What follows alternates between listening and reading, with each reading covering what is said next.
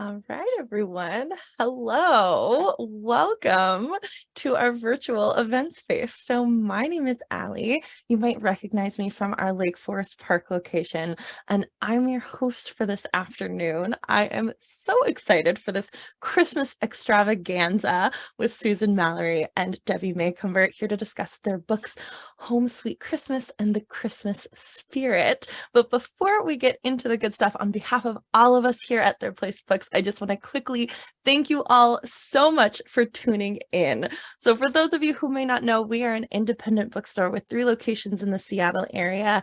We're having more and more of our events in person, which is so exciting, but our online program is sticking around to connect readers and authors in a virtual space. So thank you all so much for tuning in, and of course for buying books. Your support is what makes all of this possible. So if you haven't gotten your hands on copies of any of the books that come out this evening and you would like to, I, of course, will be linking books in chat. So copies of The Christmas Spirit will include signed book plates, and any purchases of Home Sweet Christmas made by midnight tonight will be signed. So go ahead and follow those links and make sure to request a signed edition in the comments field at checkout. While you're over on our website, I definitely encourage you to check out some of our other upcoming events. We have an exciting roster coming up this fall. So if you'd like to stay in touch with our community, you can sign up with our newsletter. It's a weekly update about events and exciting releases, our online book clubs, and of course, you can follow us on any of the major social media platforms. We are at Their Place Books for the quickest updates and recommendations. And we have a pretty good time over there on social media, so definitely worth checking out if you would like to. So tonight we're here for about an hour, and towards the end we will be taking questions. So if you have any questions, which we very much hope that you do, go ahead and leave those in the Q&A box, which will be either at the top or bottom of your screen. It is different from the chat box, which I am loving seeing you all blow up right now. I absolutely love this. Connect with each other. Virtual applause are wonderful and welcome. I absolutely invite you to share where you're tuning in from in chat. I've already seen people from all over everywhere, so welcome everybody.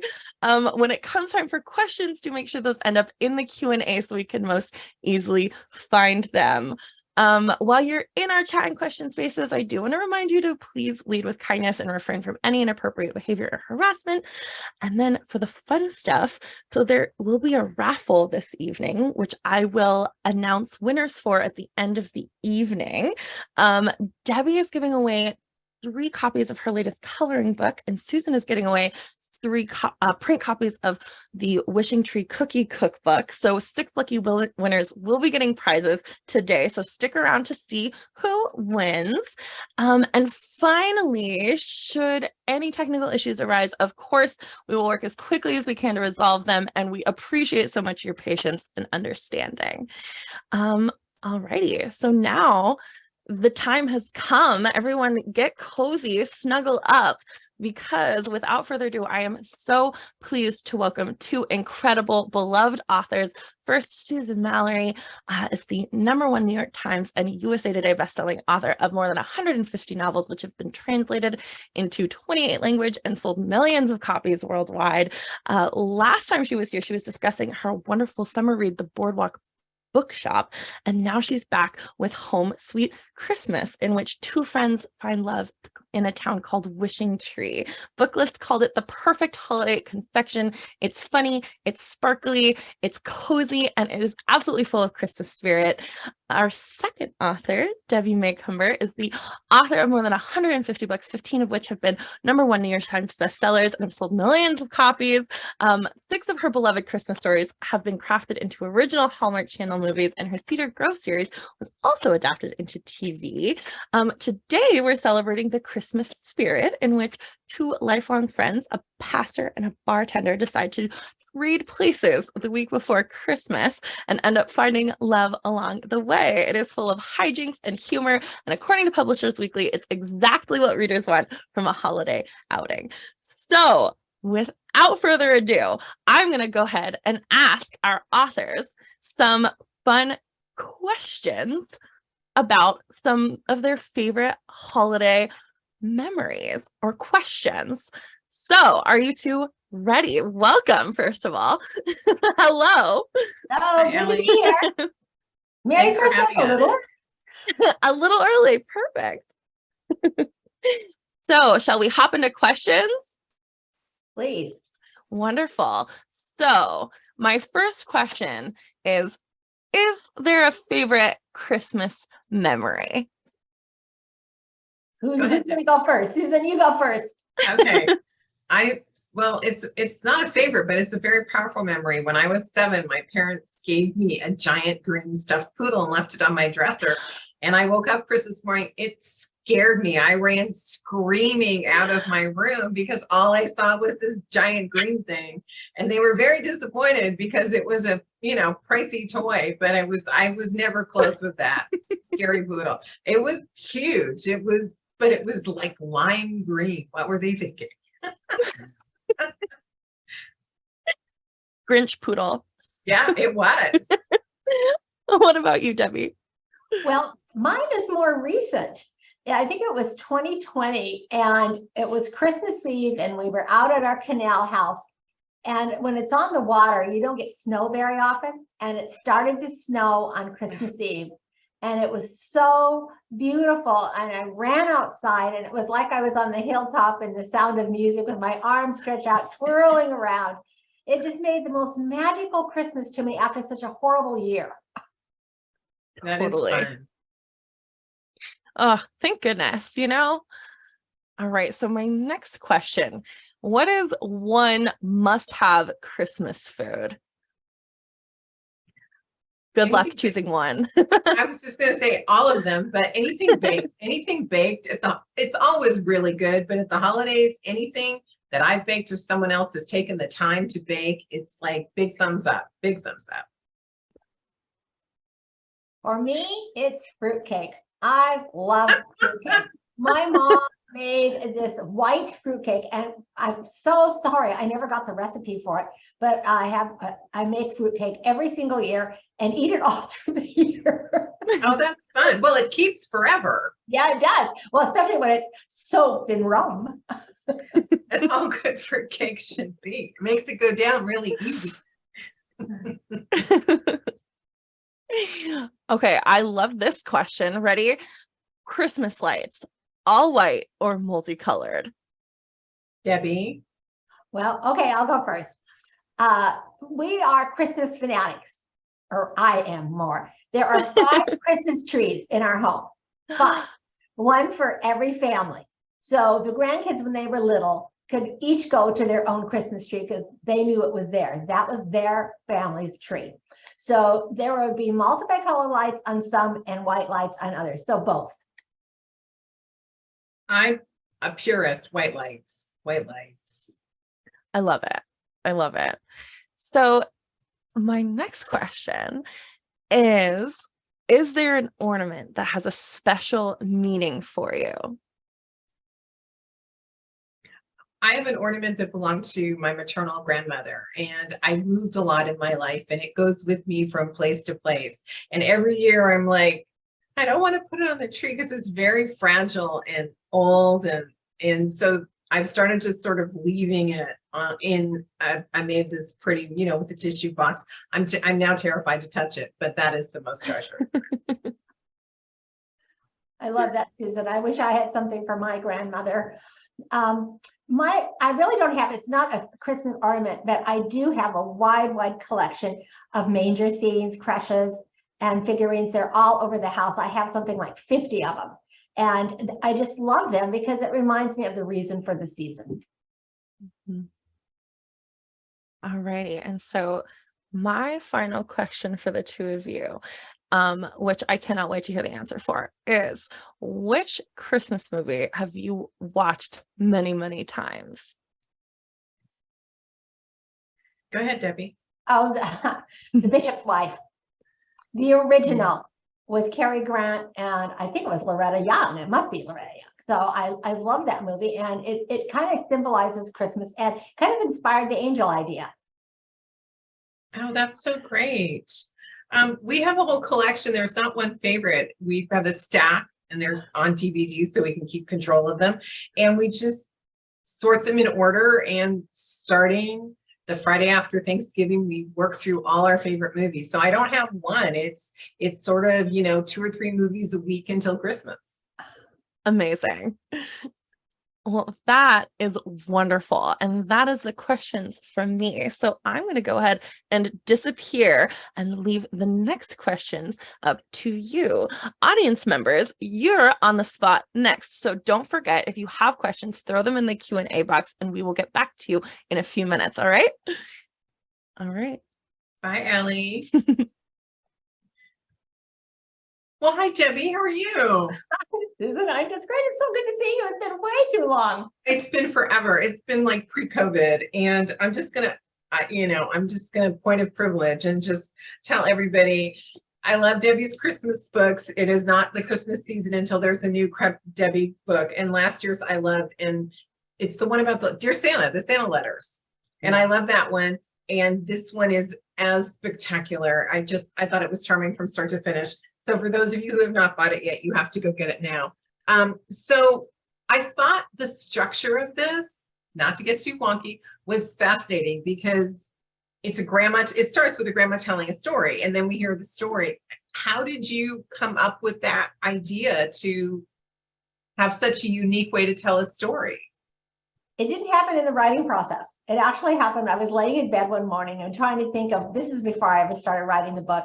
I just wanted to think of a unique way to frame this story, because it's the only time in my whole career that I've ever written a story that's set back in time. This takes place in the 70s.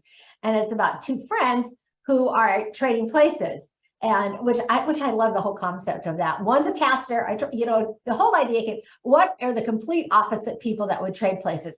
So one is a pastor and one is a bartender. And it's called the Christmas Spirit because they are both dealing in spirit. So spirits.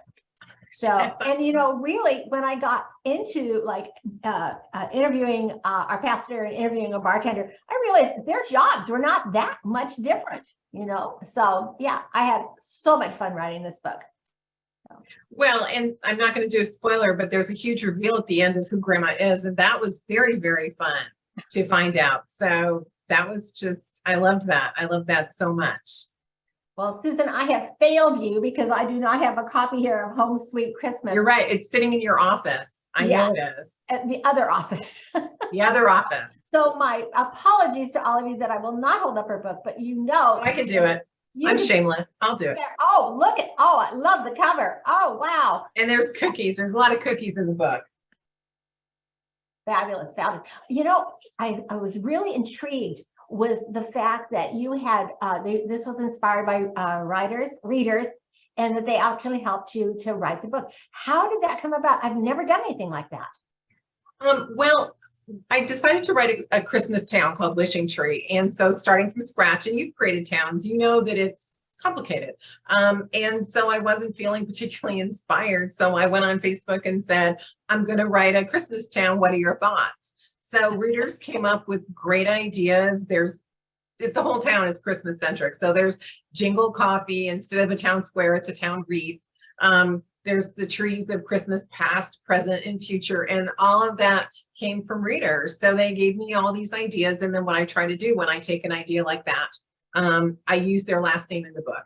And so the only one I came up with, but I'm very proud of, is there's a wrapping paper store called Wrap Around the Clock. And it's like, I never come up with anything good, but that was good.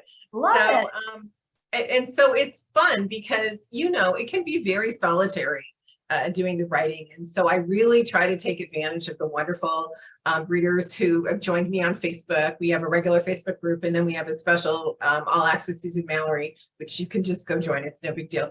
But I talk about writing there, and that's where I usually go when I want help with things, or I'll ask questions. Like I just asked a question, parent teacher conference. Does the teacher call you by your first name, or do they call you Mrs. whatever? And because I was writing it, and I thought it seems really weird that she's calling the teacher Mrs. whatever, and the teacher is calling her by her first name. So no, teachers came back and said, absolutely not. You call them Mrs. whatever. so it's an equal footing. And I thought that was really good. So my readers they're a great blessing to me, and they've helped me out with other books. And with the Wishing Tree books, I have an entire town, and then my fabulous assistant Janelle goes through and makes a map for me. So when I write, you turn left on Reindeer Way. You really do turn left on Reindeer Way. Yeah. Well, the readers have guided my career from the very beginning with all the reader mail, but I'm going to steal this idea. I'm going to throw it. I'm thinking about writing a book about, I love that, Susan. What a great idea. Thank you. You are welcome. Well, and here's the thing, readers are so creative and they have so much energy and they love participating in this. And I am constantly astonished by the things they come up with. I would never have thought of, like, the Christmas trees, past, present, and future. And now that they're in the town wreath, now that they're there, they make sense. They're a part of the story. But it was just, I get so caught up, and I'm sure you do this as well. You get so caught up in the day-to-day of trying to tell a great story that the details, the little things, are sometimes, it's like pulling teeth. I just can't think of something. So they're an amazing resource. I have worn a spot around my desk where I walked around trying to think of something, so I know exactly what you mean. So it's just a great idea. It is, and they're also a good resource for information on obscure things. So I do that. I use my readers shamelessly, and they always come through for me, and I am so grateful. So I can only imagine how many thousands of answers you would get. So yes. I would strongly encourage, they would love to be a part of one of your books. Well, I didn't let you tell us, but you did tell us a little bit about this, but one of the things I loved about this book was the women, because just like the heroes, the best friends they're really not different. They have different careers, but I think they both have good hearts and they love people, and they understand the spirit of Christmas. But the women were fun because they're very, very different. Would you like to talk about the heroines in the book? Well, okay. One is a church secretary, which I love her. I love her so much. Back in those days, that was the secretary. And she's very righteous, very religious, and very against what her brother is doing, serving beer at a tavern. And there are several women in here that I just found fascinating. The strip girls, that was fun. That was fun. And actually, a friend of mine her church does have a ministry. They do go into the strip clubs and bring the girls. She makes cupcakes for them, just beautiful cupcakes for them, which I actually put in the book. I guess you could say I used reader input. And the other one is someone who has worked as a waitress and gets out of there and is just so desperate for a job, trying to make her life on her own. We feel sometimes that, our lives have to be perfect, and hers is not perfect. And she falls in love with Peter, and Peter falls in love with her. Oh, I'm giving it away. I think we know when they meet how it's going to go, but I thought it was just, you did such an extraordinary job, the juxtaposition of who these people are. And okay, I'm just going to shock readers across everyone listening who is a big fan. There's a biker gang, and I love them. I love them. I love them at first. I love them in the middle. I love them at the end. And it's like, I actually, when I went to dinner to go make dinner and my husband was telling me, I'm like, Debbie put a biker gang in her book. I have so much respect for that, and it works so well. So I just thought that was an inspired touch. Oh, well, thank you.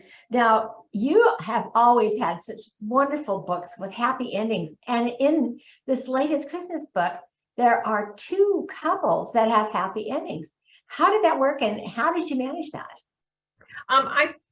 I think it's fun, and you do it as well, to do two stories together. It's fun because they can weave together and sort of play off each other. And so, yes, I have two. I have the hometown girl, Camryn, who is only back in town temporarily, or so she thinks. And then I have somebody new, and I enjoy having somebody new in an established location, because we get to see it from fresh eyes and what other people notice. what a new person notices isn't what the ordinary people who live there necessarily notice. And one of the things I love about River that I did, she's actually from Southern California. She's from the San Fernando Valley. And it's my first experience living in the Pacific Northwest. It's cold. And if you grew up in LA, it is not meant to be cold. That is in fact not what God intended. So it's like, there's different seasons because of what happens in the grocery store and the department store, but you don't actually feel it in your body. So every time River steps outside, it's really cold, and she just bundles, and her love interest doesn't even wear gloves. So I enjoyed that so much. But I love doing two romances. I think it adds a dimension to the story. I think it gives a nice synergy. So I enjoy that. I don't get to do it very often, but I really love doing it in this book. And it's so satisfying. It really is when you have that. So yeah. I agree. It is. It's fun. It's really fun. All right. So we have this, which I find amazing. This is a wonderful coloring book. And tell me about this, how this came to be, and how you picked the pictures. Well, I actually, the artists submit pictures, and then they present them to us as my team, and we go over them and review them. And there's some really wonderful, creative artwork in there. And the book came about because last year I had a Christmas coloring book, and it did so well, they wanted to follow it up with another. So, and I'd had an earlier one a few years back too. And I guess that coloring book thing came back during COVID. I think a lot of people started to really enjoy that. So, and there's several scenes in there in the books. And what they did was they took, because this is the 25th year that I've had a Christmas book out. So they took excerpts from the Christmas books from the years and used those as lead-ins to the pictures. Yeah, so just for those of you who haven't seen it yet, so you've got the text and it's quotes from the book, and then the actual picture. And here there's a little bonus included, and I love this. I think this is the most clever thing. There's gift tags. So at the very back, so you don't destroy the whole book, it's just at the back, there are gift tags and cards. So you can, okay, I'm not doing a good job here. Here we go. There we go. So you can actually color them, cut them out, and then use them as gift tags or as a card. So I think it's wonderful. And the illustrations are lovely. And there's even recipes. There's recipes. If it was up to me, I'd have a recipe in every book. I know, me too. It's fun. It's really fun. So yeah, this is, I do not have a copy of the cookie cookbook because I left it. I didn't remember to bring it in. But yes, so this is what Debbie's giving away 3 of these, and I'm going to give away 3 of the cookie cookbook from the Wishing Tree book, because in the book, every Tuesday is Cookie Tuesday in town. So we are inspired, and they're all reader recipes. So, and if you don't win, you can still download the cookbook from the members only section on the website. So it's available to everybody, but we did some really nicely bound ones. Like, really. Oh, nice. That's how they can get them. Great. Now, where did all your recipes come from? Are these ones they're all from readers. We asked readers to submit their favorite cookie recipe. So they're all in there. And so yeah, no pressure on me. I just had to make them. It's like this one. And I couldn't possibly do all of them. So Janelle, my assistant, did some of them, and we would be texting. It's like, you have to make this one. No, you have to make this one. So yeah, there was a lot of cookie cooking early in the summer and into the fall. And we both have cookies in our freezer. So yeah, the baking is done. Now it's just baking for fun. Oh my goodness. I would have gained 20 pounds if I'd done that. Oh, I know. It's a whole thing. And they are really delicious. And it's fun because it's a whole bunch from, no bakes to bars to ice to everything. So, oh yeah, no, it was quite the cookie bonanza. It was fun. The husbands were happy. No doubt. So your cookbook is available online. Yes. Great. And then 3 will be given away tonight. And three bound ones. Okay. And the same with me, 3 bound coloring books with recipes and gift cards. Yeah, I love the gift cards. That was clever. That was really clever. Well, I'll have to give my editor credit for that because she's the one that thought of it. Oh, no, it's a great idea. And I'm really happy because I saw you had done this before, and I'm sure readers are just thrilled to have these. And I can see how it would be so relaxing. I'm not patient. So when you have to fill in little things like a tree, I would just be like, yeah, no, that's not happening. So are we ready for the questions? I think we are. So, thank you. This was so much fun. So the first thing I'm going to do is go ahead and announce some winners. I've done my drawing while I was off screen. So the winners for Debbie's coloring books are, and if I completely mispronounce your name, my deepest apologies. I'm very sorry. So we have first Melanie Borelli, Robin Kavarzaki, and Jonna Niles. So I'm going to go ahead and copy and paste these names and put them in chat just in case. So there are those. And then winners for Susan's Wishing Tree Cookie Cookbook are Beverly Joel, Petra Spalding, and Rebecca Washington.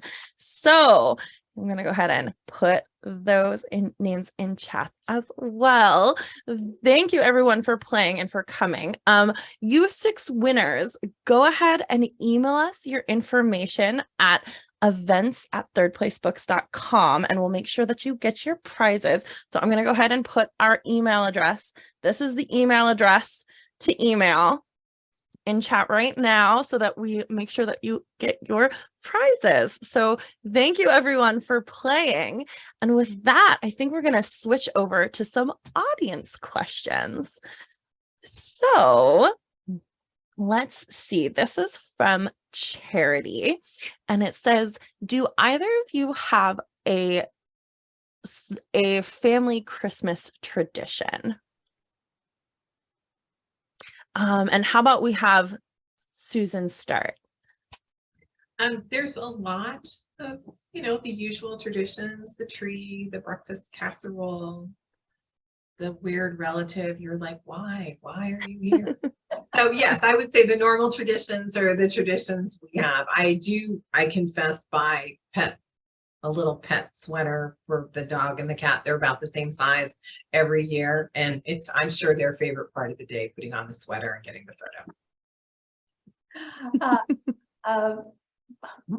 I have really two traditions that we do. We get together, the family gets together the weekend before Christmas Day, and we play bingo. And the prizes are joke and fun, and just the whole family does it. And we've done this for years and years and years. And I haven't done this for the last couple of years, but I would create an opportunity for the grandkids all to come and create gifts. And we did it in the form of making soup mixes and putting them in jars and little packets of seasoning and stuff. And the littler ones that had trouble doing that, they would color the tag that went on it. And then we would divide them all up and they could give that to their friends as gifts that they had made.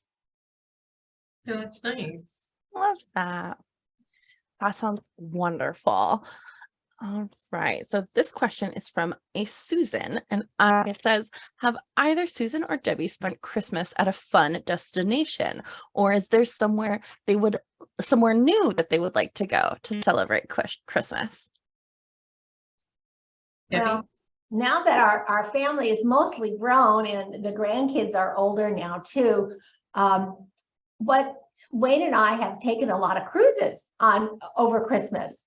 We were in Vietnam one year for Christmas. Last Christmas, we were in the Caribbean. And this Christmas, we may be very close to, I think flying up right soon before, Cape Town, South Africa. Oh, wow. Well, now I'm inspired. No, we've mostly been home for Christmas. We might have to look at that. Sounds fabulous. Oh, Susan, I'll hook you up. I would love that. Oh my gosh. Well, that sounds wonderful. So let's see. This question Hang on just a second. So I love this question from Karen. It says, how did you start writing? A classic. Perfect. Debbie, do you want to go first? Oh, so sorry. I didn't. I love Debbie's start. I love Debbie's origin story. Yeah, well, remember, this was back a long time ago, because I've been published 40 years now. It was with a rented typewriter on the kitchen table. I didn't know another writer in the world. All I knew was that I had this pounding desire to write books, because I didn't learn to read to the 5th grade. I am dyslexic, and you know there's advantages and disadvantages to being dyslexic. But I was so afraid to do it because I had so many negative voices from growing up.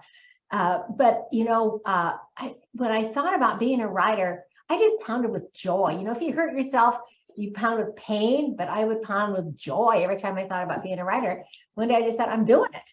Rented a typewriter. And that's how I started. I was in college and saw a class on how to write a romance, and I'd always been a romance reader. And mostly I started borrowing my friend's mother's Harlequin books and hiding them. And I remember she took me aside and said, I don't mind that you take these, just don't let your mother know, because there's absolutely no way she would approve. And it's true. It wasn't that they were sexy, they weren't. It was just the idea of them. So I saw this how to write a romance class. I thought, I'm really busy, but I ended up taking the class, and it was an 8-week class. And by week 6, I thought, oh my gosh, this is what I meant to do with my life, which was unfortunate because I was 18 months from graduating with a degree in accounting. So not a lot of English or any of that stuff, but it was just, I realized it was my total passion. And I have to tell a different story. So I sold my first couple books, and I sold a special edition, and this is in the early 90s. And one of the stars of special edition at that time was Debbie Macomber. And so I went to a conference in Phoenix, and you could sign up to sit with a published author. And it was just like, oh, so I signed up for Debbie's table. And when I got there, it was like, there was where Debbie was going to sit. There were a seat on either side of her were empty. The rest of the table was full except for one seat in the back. And I stood there having an incredible moral dilemma, because it is not my nature to sit next to the star. But I was terrified no one else would sit there and she would be alone. So I stood there thinking, I'm going to sit next to her, but not for myself. I'm going to sit next to her for her, which made it okay. And that's actually how Debbie and I met. So Susan, it was the conference. I sat there. I don't remember that. The first time I remember hearing about you was when I was judging books for the Rita contest. And I just loved it. And I remember, I think you were a finalist that year. Yeah, I think so. But no, I was just like a fangirl. I was just really quiet. But yes, I got to sit next to Debbie Macomber. I actually leaned over and lightly touched her once, not in a creepy way, just in a, oh my God, Debbie Macomber. Yes. So, and I just, one more point of privilege on this. Years and years and years ago, we were having lunch at a conference, and she looked at me. You looked at me and said, stop writing about families. There's not enough people. Write about a town. And I went home and I started the Fool's Gold series, which ended up being like 23 books. So for those of you who love Fool's Gold, Debbie's the reason. Oh my goodness, I don't even remember that either. Yeah. Because I'm getting older now. This is dementia setting in. No, it's just, you know, it was a throwaway for you, but it was brilliant advice for me. Oh, thank you, Susan. Gosh, I love that. I feel like we're getting a peek behind the curtain. No. Unfortunately, I cannot tell you what she ordered. Mine. Do not remember that much. Well, let's see. This is a question for both of you from Cindy. Do you have one character out of all of your books that is your favorite? You know, you're talking to somebody that's written over 100 books. I know. They're all our favorites. All our favorites. I agree. I not only don't have a favorite, there are books I'm like, readers will ask, well, what book is this? It's like, I don't even know if I wrote that. That was, as you said, that was 75 books ago. There are memorable things. And then if I go back and read the blurb or start reading, it's like, oh yeah, this and this. But it's too much to hold in your head, I think. Wonderful. So this is a question from Suze. One of my favorite things to figure out, or one of my favorite things is to figure out how the title of the book fits the story. Do you have any good stories about how your books got their titles? Oh boy, do I. Oh boy, do I. I don't remember the title of this book, the original title, but it was right after Mira started publishing hardcover. And this was like my third or fourth hardcover. I can't remember which. And my editor, they didn't like my title. Marketing is the most powerful department in publishing. They decide what titles work and what titles don't. And so they had met together, and I got a call from my editor. It was like 7:30 her time. So that's how long this meeting went on. And she said, we've finally decided on the title. It is Susanna's Garden. I said, that's a great title, but there are two major problems. There's nobody in the book named Susanna. There's no garden. So I had to go back and change the heroine's name to Susanna. And put in a garden. Yes, put it in a garden. Wow. Titles are really hard. And there are a handful of books I've titled, but mostly it goes in as, hardcover 2023. And then we all have to do the title dance later. And it's complicated to come up with a title. And there's, as I said, there's a couple I came up with and was just like, this is the title. Last year, I think I named all three of my books, which was so shocking. Oh. Early on in my career, I was searching for title. First of all, I did this whole background thing about which books were selling. And I noticed there were certain words in books that prompted the reader that would, pique their interest. So, but early on, I got a list of racehorse names, and you'd be shocking at how many of my book titles came from racehorses. I think one of my favorites, and I gave this to a friend, was Shotgun Baby. And Denim and Diamonds. I mean, Denim and Diamonds was the racehorse name that won the Preakness. I mean, I had all these racehorses. They're fabulous titles. Think about that, Susan. I still remember Cindy and the Prince. Oh, yeah. That was a game changer. And then, we all started doing titles like that. My first one after that was A Dad for Billy. And it's like, okay, I can do that too. Okay, the racehorse thing, that's amazing. I would never have known. That's incredible. So this is a question from Sharon. Do you listen to Christmas music while you write your Christmas books? Debbie, do you? I don't listen to music. Yeah, Oh. I'm concentrating on the dog's enough of a distraction. I do know several authors that actually write with headphones on with music going the whole time. I just could never do that. I don't either. In fact, to the right of my computer, I have a white noise machine. So if there's too much going on, I put on white noise to even it out and make it, so I don't hear the cat howling. So Carol is asking about how you select narrators for the audiobooks. And do you use narrators more than once? Is that something that either of you play a part in? I do. Do you, Susan?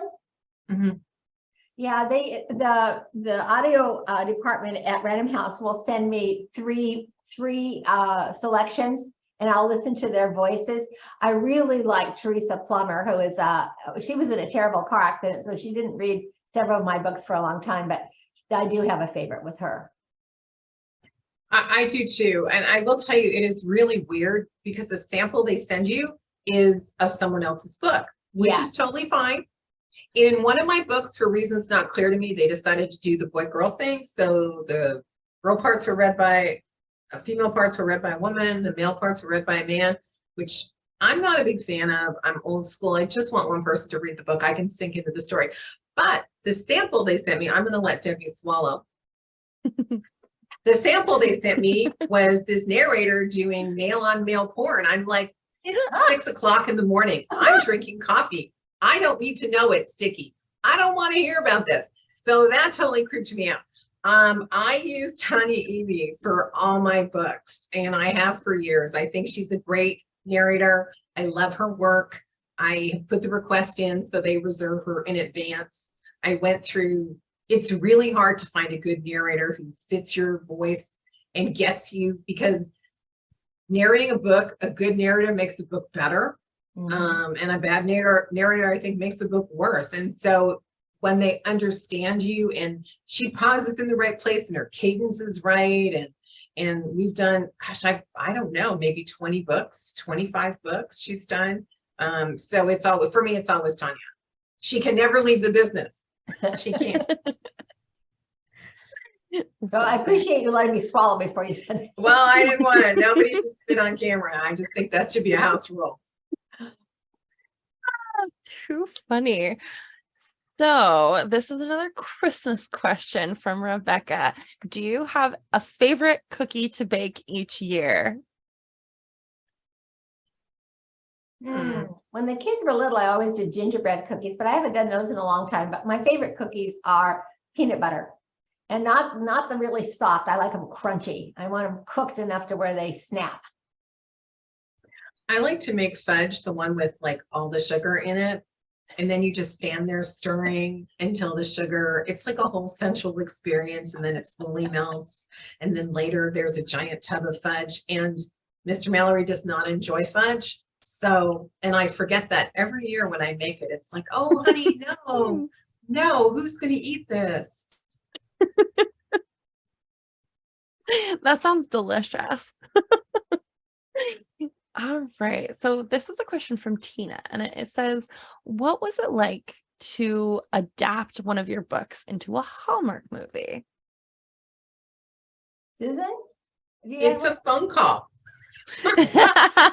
That is, unless you've done that, it's like they think we're sweet and pretty, but no, we don't write the screenplay, nor should we. We don't write screenplays. It's a whole art form, writing a screenplay. So at least for me, but they did think I was pretty, and so I was happy.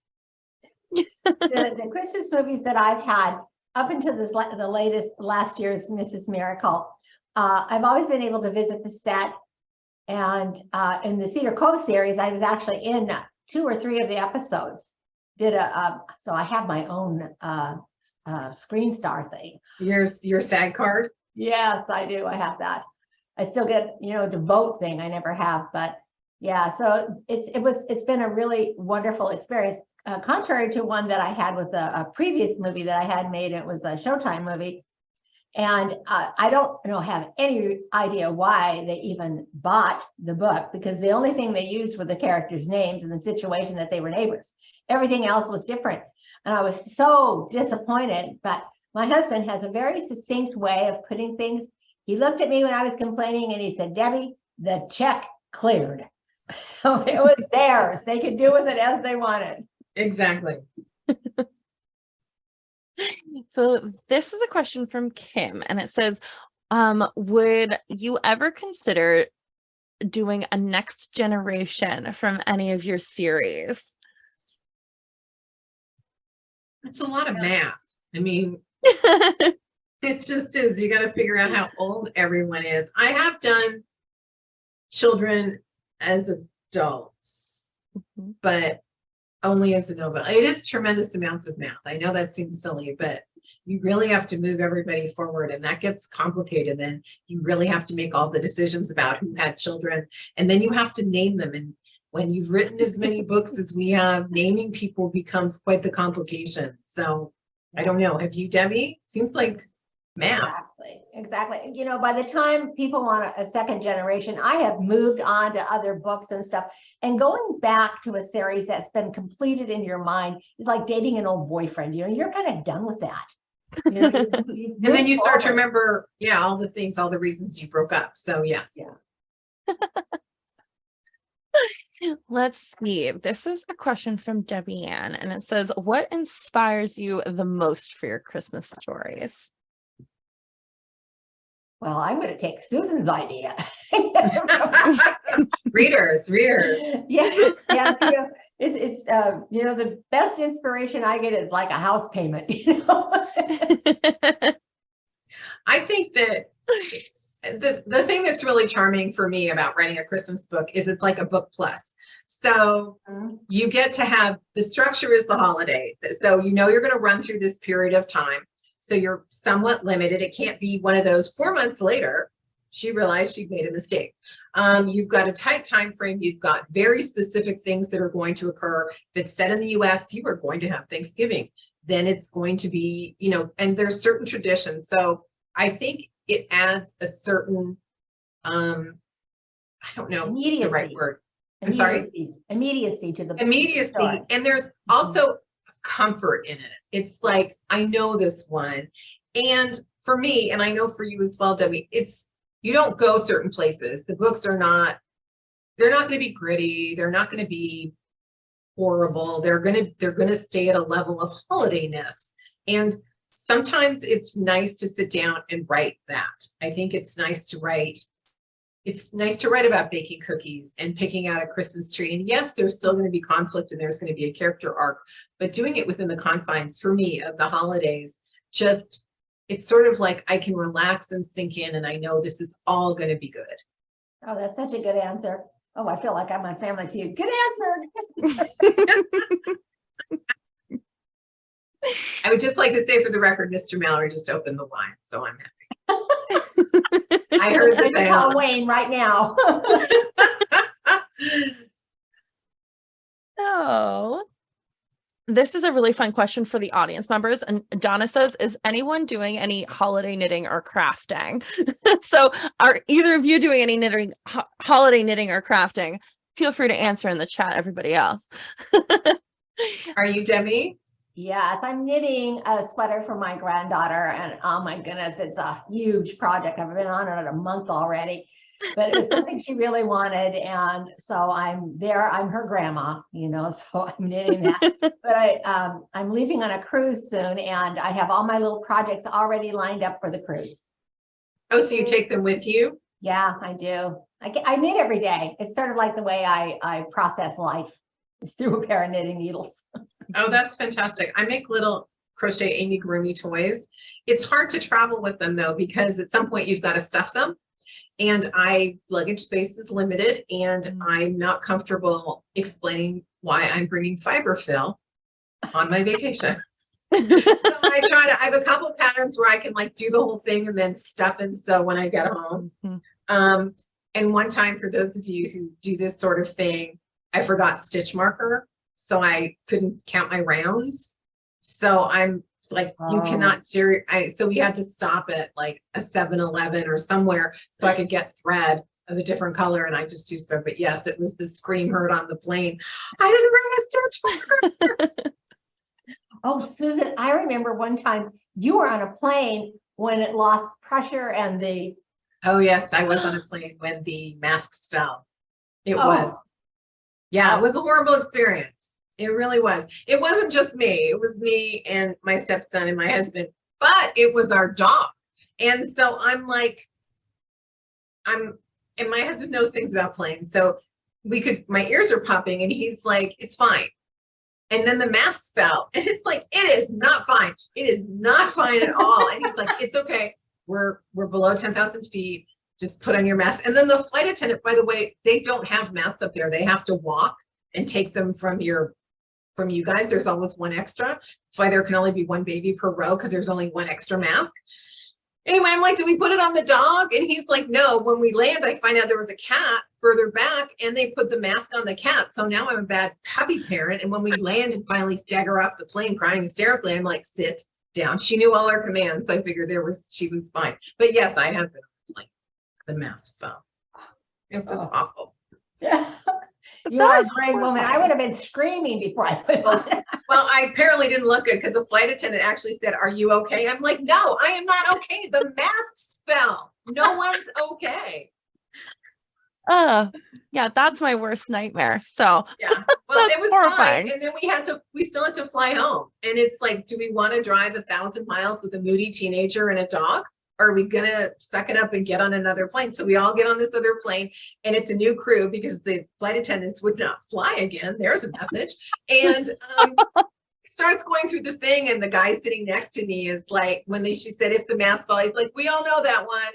You can move on. Like, yeah, we do know that one. By the way, we've held hands. I don't know you, but thank you for gripping my hand so tightly, because I was sitting across the aisle. So yeah. So I did hold hands with a stranger in front of my husband, and it was fine. Sorry, I sidetracked you there. I'm deleting your questions here. Sorry. Oh no, I think that was a great story. No complaints here. So this is a question from Tanya, and it says, are Christmas books the most fun for you to write, or are the other books more fun? What do you think, Debbie?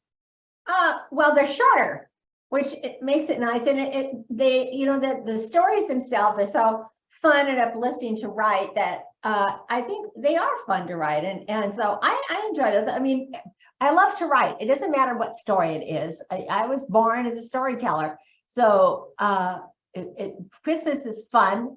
The other books are fun too. I enjoy that. I tried to retire. I actually went like 4 months without writing. And I realized I'm happiest when I'm writing. So that's what I plan to do. I'll just write. Doesn't mean I'll always write with deadlines, but I will write.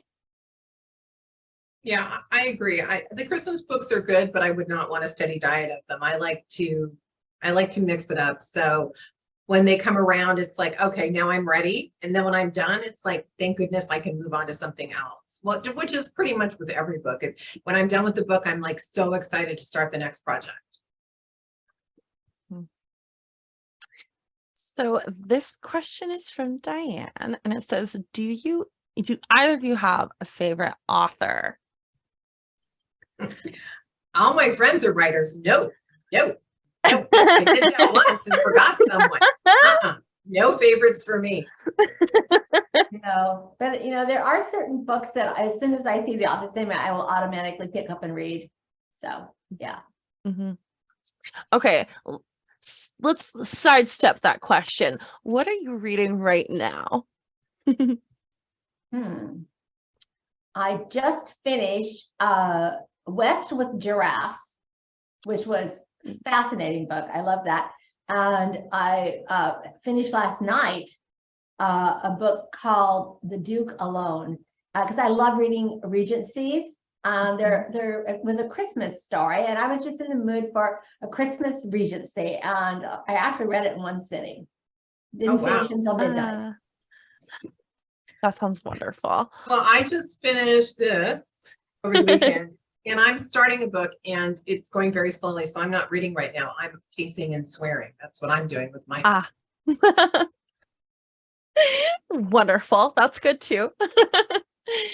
So we are almost at time. I'm going to ask a couple more questions. Don't forget, audience members, don't forget to email events at Third Place Books so that we get your information. Okay, so let's see. Here's a great question from, I think, Bridget. What wonderful, weird, or random things have you done with the excuse of researching for my next book? Oh. You want to go first, Susan? No, I do not. Okay. Well, I will tell you what, when I wrote the Alaska series, I wrote letters up. I flew up to Alaska. We went up to Fairbanks, which is fairly north, because the story I was setting called Hard Luck was set above the Arctic Circle. So I probably shouldn't even tell you this story. So I'd written ahead and talked to bush pilots. And when I interviewed this bush pilot, he said, well, that sounds, the little town you've created sounds like Bettles, which is above the Arctic Circle. He said, I'll put you on a mail run and you can fly up and on this little, well, in Alaska, everything's mailed. They, it's tundra. They don't have any roads outside of Fairbanks. So I get in this little plane and we land. and it's Sandra, and it's no runway. It's that. Now he's just dropping us off, going to deliver the mail, come back and pick us up at the end of the day.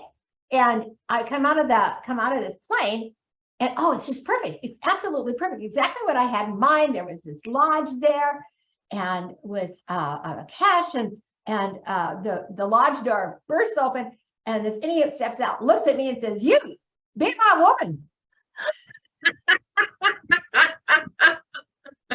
So Wayne says me, and so I grabbed hold of Wayne. I said, "Did you hear what he said?" And Wayne is so clever, you know. So he says, "But Debbie, let's find out what he's going to give me."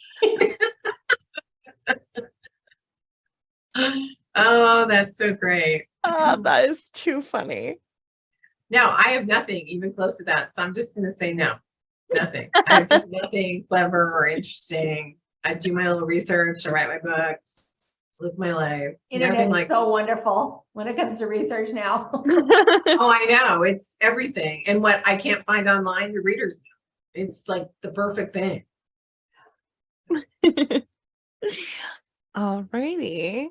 So the last question, I think, and obviously if you're not allowed to tell us, that's okay.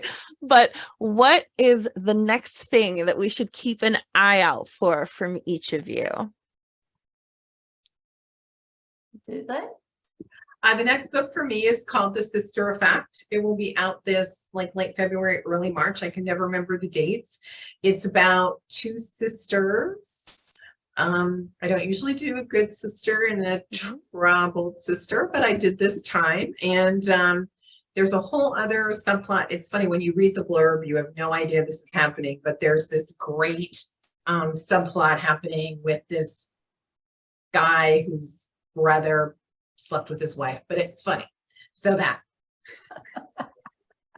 in a funny way, it was funny betrayal. My next book is called Must Love Flowers, and it's coming out in July. Was that a horse name? Nope. Okay. All righty. So thank you both so much for answering all of our questions. At this point, it is about time for us to call it a night. So I'm just going to take this last couple of minutes to say a huge thank you to everyone who joined us today. For anyone who would like to get your hands on copies of Home Sweet Christmas or The Christmas Spirit, I'm going to go ahead and relink them in chat because chat has been going 1,000 miles a minute. So here is this. Go ahead and follow those links to the books. Don't forget to specify that you would like a signed copy. For a signed copy of Home Sweet Christmas, they do have to be purchased tonight by midnight. So don't forget, if you would like those, go ahead and do it right now. That's probably for the best. And then, as always, let us know what you thought of this event, either in person or on any of our social media. We always, always, always love to hear from you. Susan and Debbie, huge thank you for being here. This has been so much fun. Thank you for getting us into the Christmas spirit just like a little bit early this year. It's perfect. Do you have any last things that you'd like to say before we say goodnight? No, just thank you. It was so good to see you, Debbie. I miss you. Yeah, I miss you too. I want to say a shout out to my friends Camryn and Tim, who we met on a cruise, and they said, "Oh, they're signing up." So I want to say hi there. Good to see you. Glad you joined in. So, and thank you to everyone who came. I mean, we're really blessed to have so many people that would come and spend an hour with us. So thank you, and thank you. Thank you very much. I love you guys. Come see me on Facebook. Yeah, and I told Ellie earlier, this is called Third Place Book, but they have first place in our hearts. Thank you. We're going to tell everybody who said that. All right. So with that, it's time to say one huge thank you and one last goodbye. So shall we do the awkward waving thing? Bye. Good night, everyone. Good night.